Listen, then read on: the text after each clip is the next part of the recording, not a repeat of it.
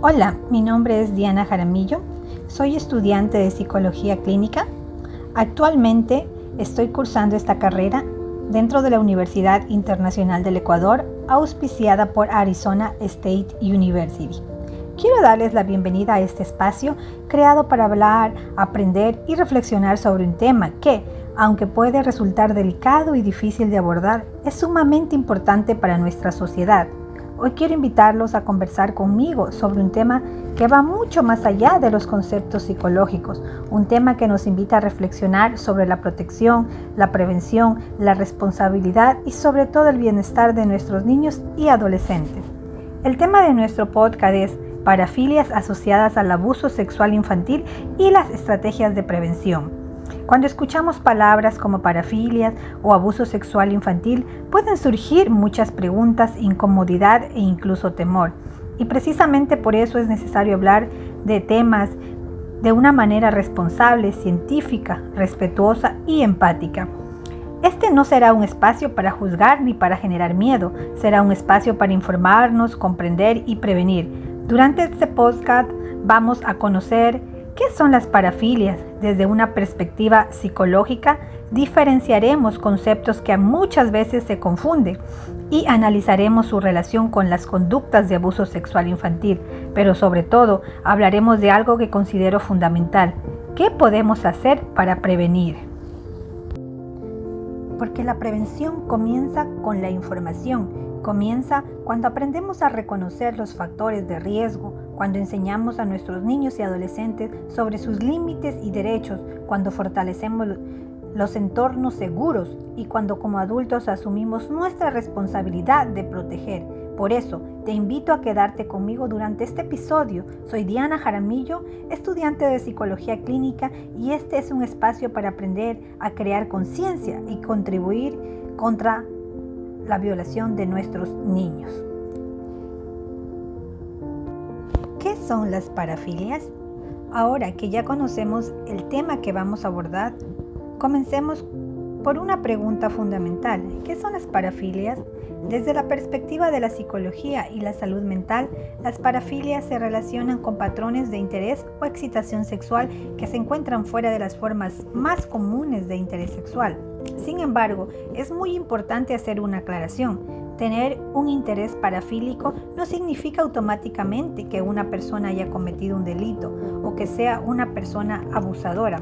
En el ámbito clínico, hablamos de trastorno parafílico cuando determinados patrones generan un malestar significativo, afectan el funcionamiento de la persona o implican daño, ausencia de consentimiento o personas que no pueden consentir. Y aquí llegamos a un punto específicamente importante para nuestro tema.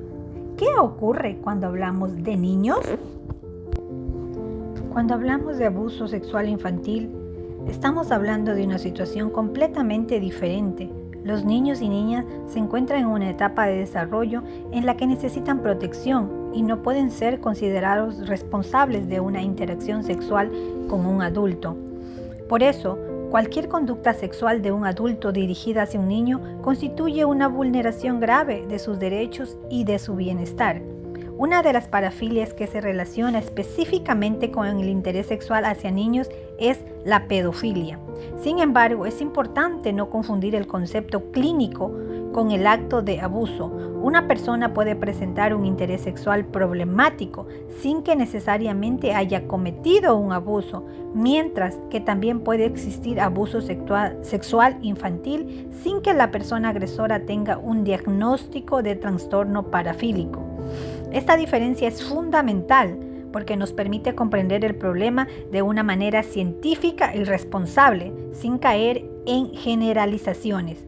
Por eso, a lo largo de este podcast, no nos enfocaremos en describir conductas abusivas, sino en comprender los conceptos, reconocer la importancia de la prevención y analizar qué podemos hacer para proteger a niños y adolescentes.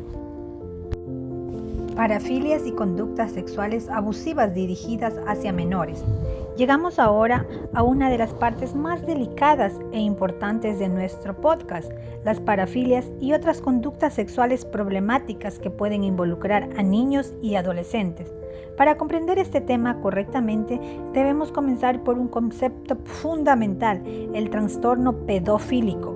El trastorno pedofílico se refiere desde una perspectiva clínica a un patrón persistente de interés sexual hacia niños que aún no han alcanzado la pubertad.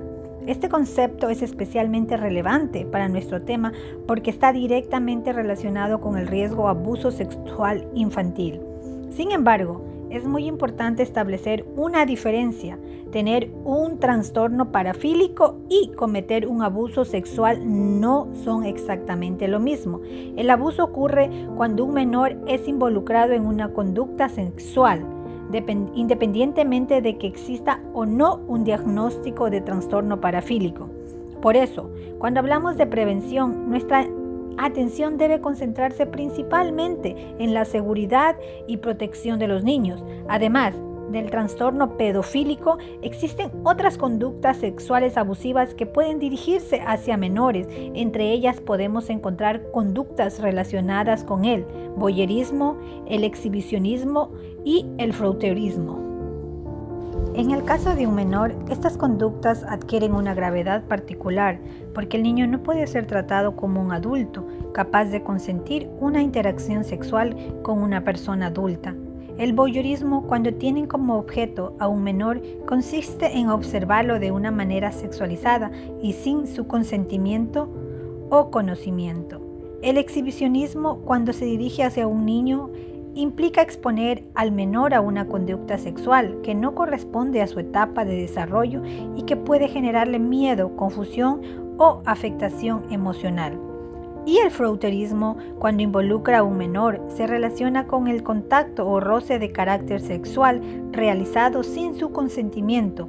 Es importante aclarar nuevamente que estas conductas no son diferentes tipos de pedofilia, son conceptos clínicos distintos. Sin embargo, cuando un adulto dirige este tipo de conducta hacia un niño, estamos frente a una situación que debe considerarse desde la perspectiva de la protección infantil y la prevención del abuso. Por esta razón, no debemos quedarnos únicamente con las etiquetas diagnósticas. Estrategias para prevenir el abuso sexual infantil. Después de comprender el tema, es importante preguntarnos, ¿qué podemos hacer para prevenir el abuso sexual infantil? La prevención comienza con pequeñas acciones que, juntas, pueden crear ambientes mucho más seguros para nuestros niños y adolescentes. Primero, educar para proteger. La educación es una de las herramientas más importantes para la prevención. Debemos enseñar a los niños, de acuerdo con su edad, sobre su cuerpo, sus límites, el respeto y la importancia de pedir ayuda cuando algo les incomoda o les genera preocupación. La comunicación entre padres e hijos debe construirse desde la confianza y el respeto.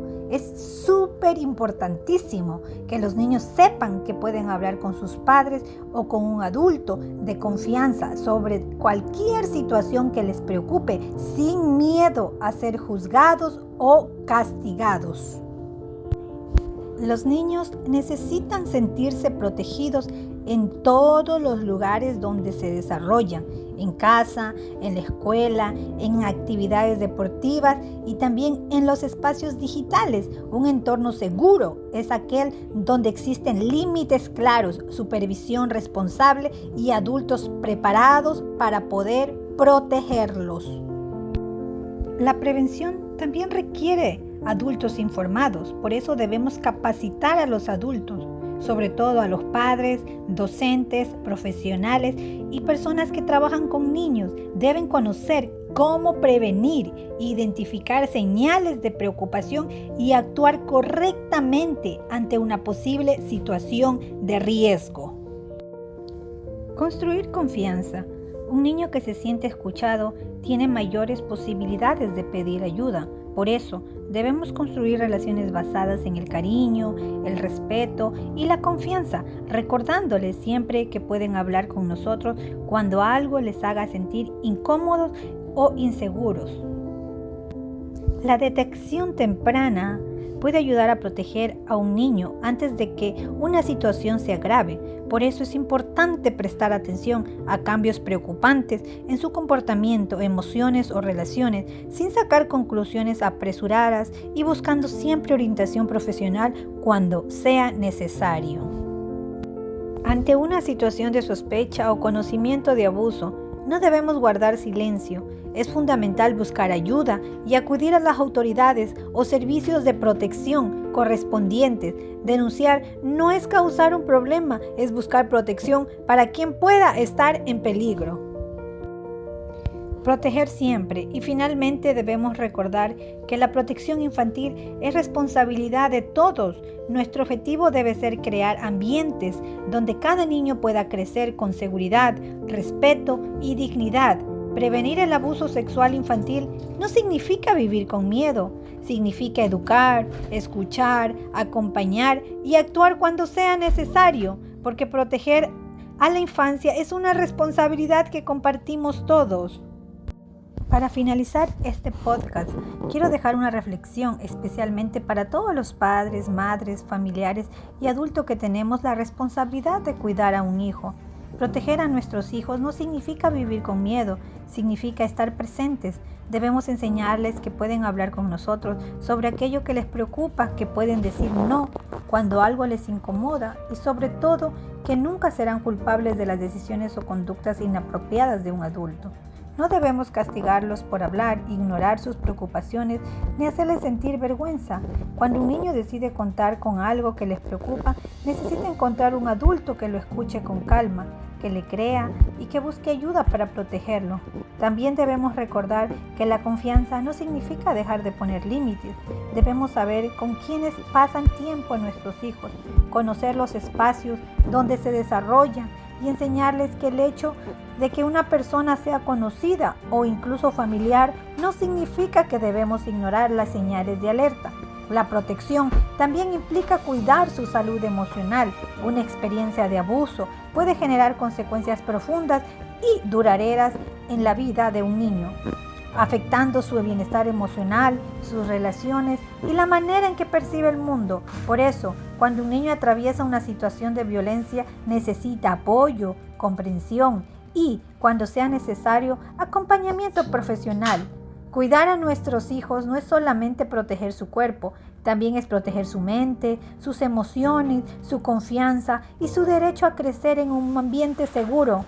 Que nuestros hijos sepan que pueden acudir a nosotros, que sepan que serán escuchados, que sepan que no están solos y que pase lo que pase, la responsabilidad nunca será de ellos. Como sociedad tenemos una responsabilidad enorme: educar, escuchar, prevenir y actuar, porque cada niño merece crecer sintiéndose seguro, respetado y sobre todo protegido. Cuidemos su presente, protejamos su futuro y nunca dejemos que el silencio sea más fuerte que su voz. Gracias por acompañarme en este hermoso podcast.